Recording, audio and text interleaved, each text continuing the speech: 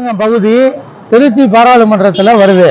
நீங்க திருச்சி பாராளுமன்றத்துல எந்த சின்னத்துல வாக்களிக்கணும்னு மக்கள்கிட்ட வேண்டுது? நாங்க எங்களுடைய கட்சி தலைமை சொல்லியிருந்த அடிப்படையில பார்த்தா எங்களுடைய இல்லங்கள்ல சுவர்கள் எல்லாத்துலயுமே தாமரை எழுதியிருந்தோம்.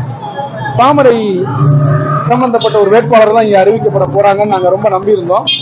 கட்சி தலைமை உத்தரவிட்டுருச்சு. கூட்டணின்னு ஒண்ணு உருவாயிடுச்சு.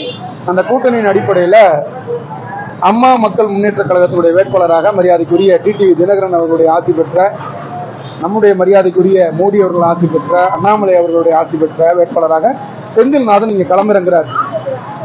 ஒரு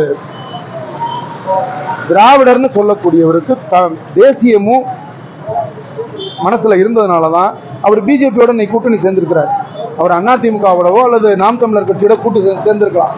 ஆனா தினகரன் மிக தெளிவாக முடிவெடுத்து தமிழகத்தை நம்ம பார்த்தாச்சு, இனி தேசியத்தில் பங்கேற்க வேண்டும் என்கின்ற எண்ணம் அவருக்கு இருந்ததுனால நம்முடைய பாஜகவோட கூட்டணி சேர்ந்திருக்கிறாரு. அவர் தேனியில போட்டியிடுறாரு. திருச்சியில போட்டியிடக்கூடிய செந்தில்நாதன் அவர்களை மிக அதிகமான வாக்குகள், முறையான வாக்குகள், I am not saying about the rigging, ஒரு 4 மணிக்கு மேல அதாவது அதிகாரிகளை அணைச்சுக்கிட்டு நான் 100 போட்டுக்கிறேன், என்னுடைய எதிர்கட்சி 100 போட்டுக்கிட்டுங்கிறது இல்ல. கண்ணுல விளக்கண்ணையை ஊற்றிக்கிட்டு எங்களுடைய சக்தி கேந்திர பொறுப்பாளர்களோ அந்த பூத் கமிட்டியில இருக்கிறவங்களும் கண்ணில் விளக்கண்ணையை ஊத்திட்டு இருக்கிறாங்க. எதிர்கட்சி ஏதாவது அந்த மாதிரி ரிக்கிங்ல ஈடுபடுதான்ட்டு ஈடுபட்டா அங்கேயே உடனடியாக அதுக்கு என்ன பரிகாரம் பண்ணணும்னு கட்சி தலைமையில சொல்லியிருக்கிறாங்க.